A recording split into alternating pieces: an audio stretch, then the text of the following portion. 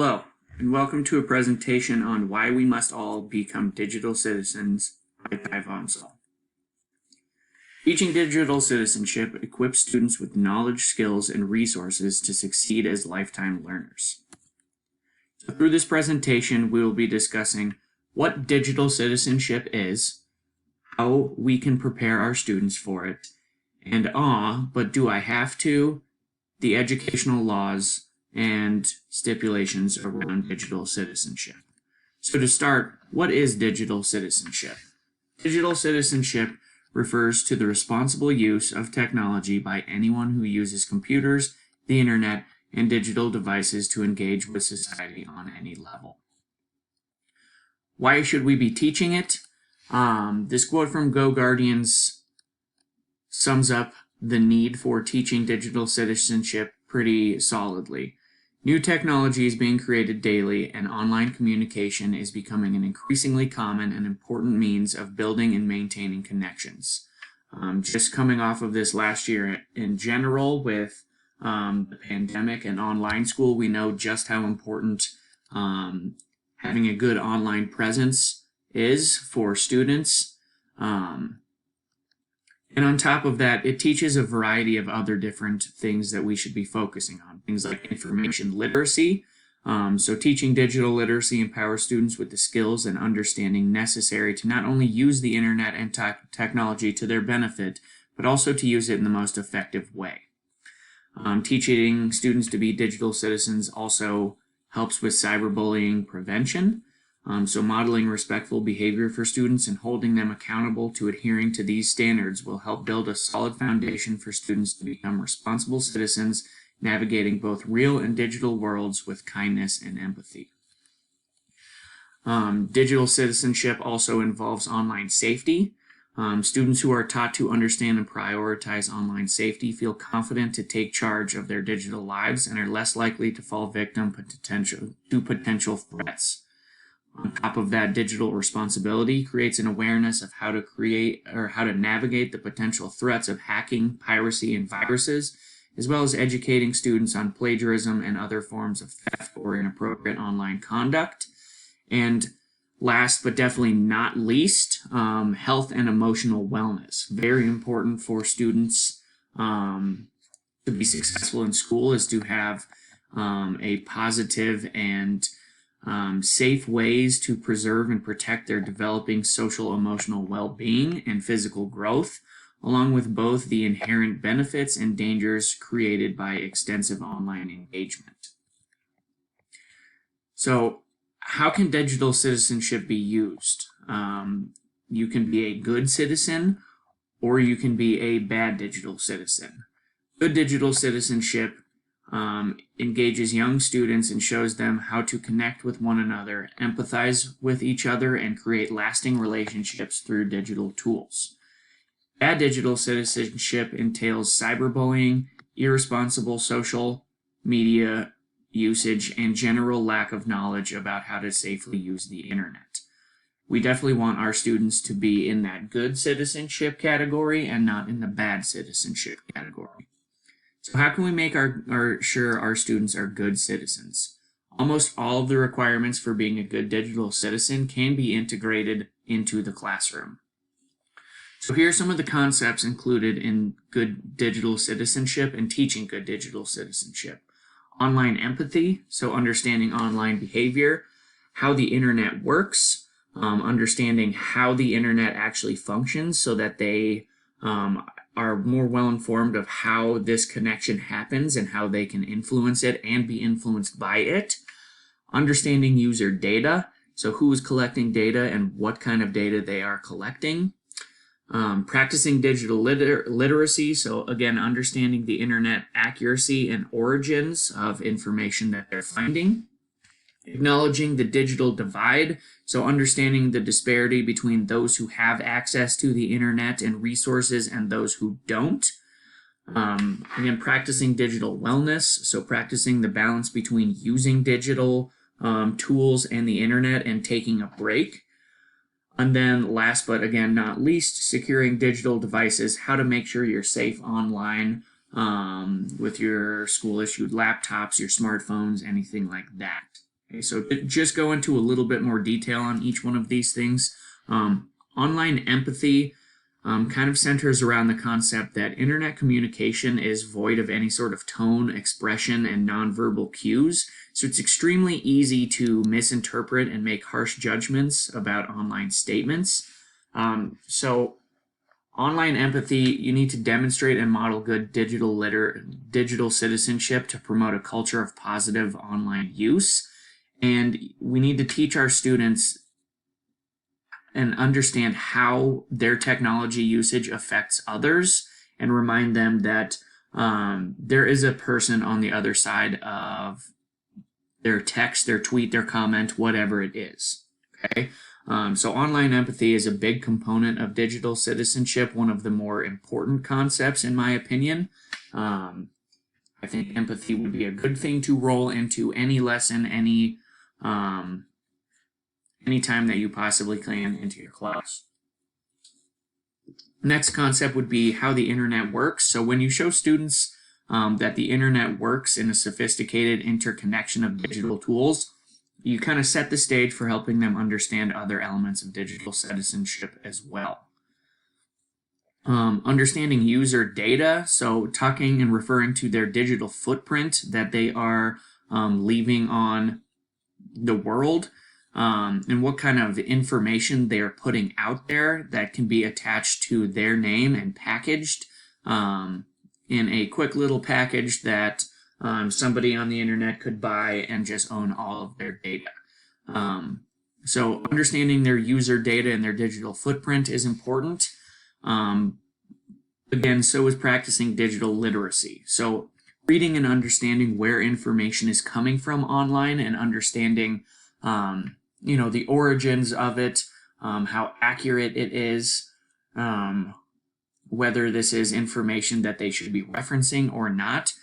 Students need to understand how to evaluate the accuracy and validity of digital media and social posts to avoid things like this. Clickbait,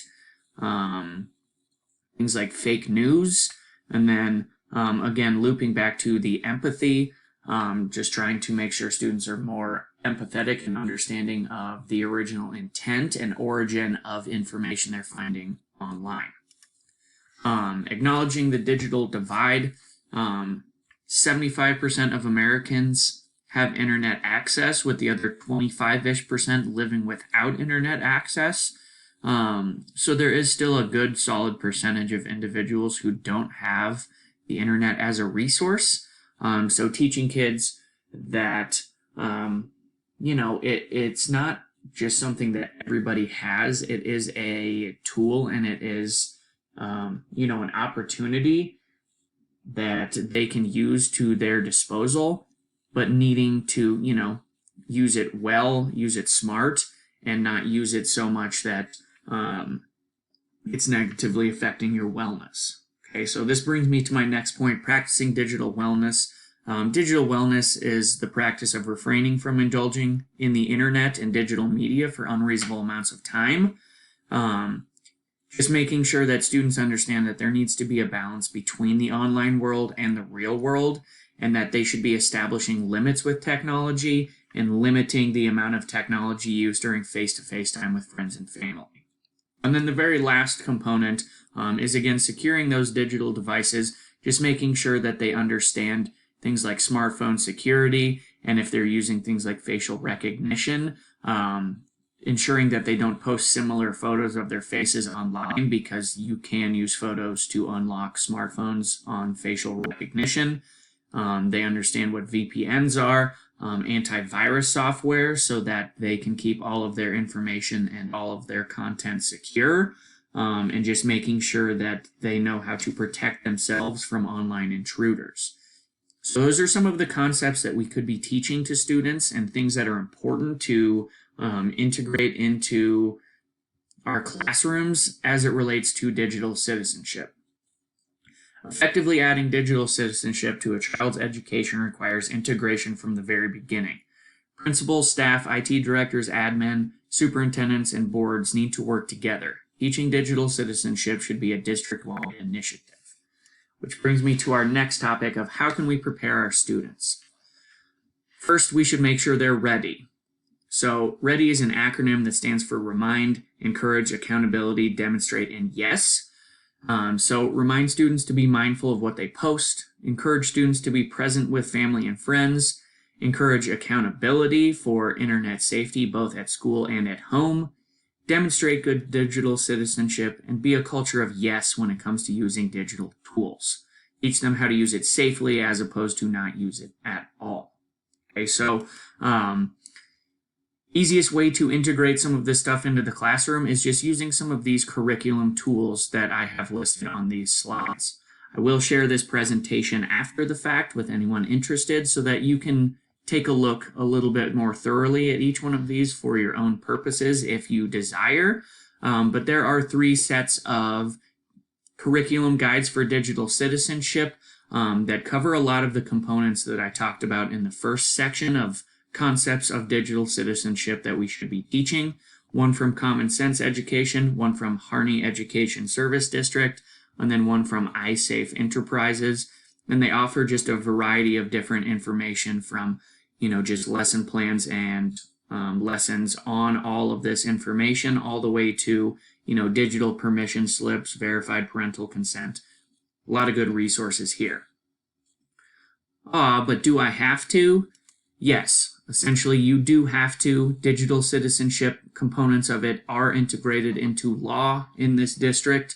So it is our job as educators to create learning environments that allow our students to succeed and prepare them for the future. Our world has a lot of digital tools and online content. We should teach our students how to function in this world by making digital citizenship a priority and not just a checkbox on a compliance sheet. Okay, so some of these educational laws that we are in compliance for Poudre School District that we need to continue on are things like the Family Education Rights and Privacy Act and the Child Online Privacy Protection Act. So the first one, FERPA, protects the privacy of students' education records and gives parents rights to view student records. So the school will not publish confidential educational records for public viewing. The school may publish student work for public viewing, but cannot have identifiable personal information attached to it. Parents may request that photos, names, general directory information about their child not be published. And parents have the right at any time to investigate the contents of their child's email and apps for education file. CAPA applies to the commercial companies and limits their ability to collect personal information from children under 13. So these are things that we are already doing in the school that we need to continue to stay in compliance of.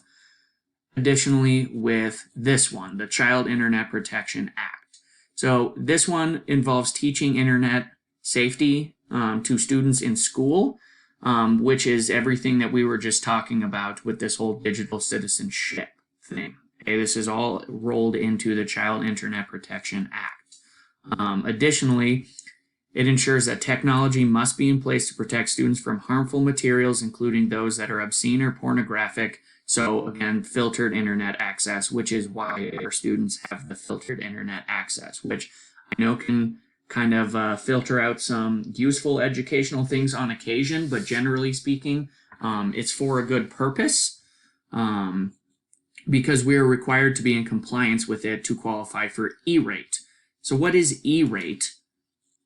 E-rate is a federal government program that provides discounts to school districts on services including internet access based on their percentage of students with low socioeconomic backgrounds. So for us to get discounts and make internet affordable, we need to be in compliance. E-rate funds can lower the district's share of equipment costs as much as 90%. So to qualify for it, we need to have the filtered internet access, and we need to be in compliance with that Child Internet Protection Act. So how can we start integrating these things into our class? Integrate digital citizenship lessons regularly into Lampkin Way. You can look through curriculum and roll in standards during projects. You can add a section of digital citizenship into your syllabus and discuss expectations, and then regularly remind your students of the expectations throughout the school year. Here are some of the sources that I referenced for this presentation. Thank you for paying attention and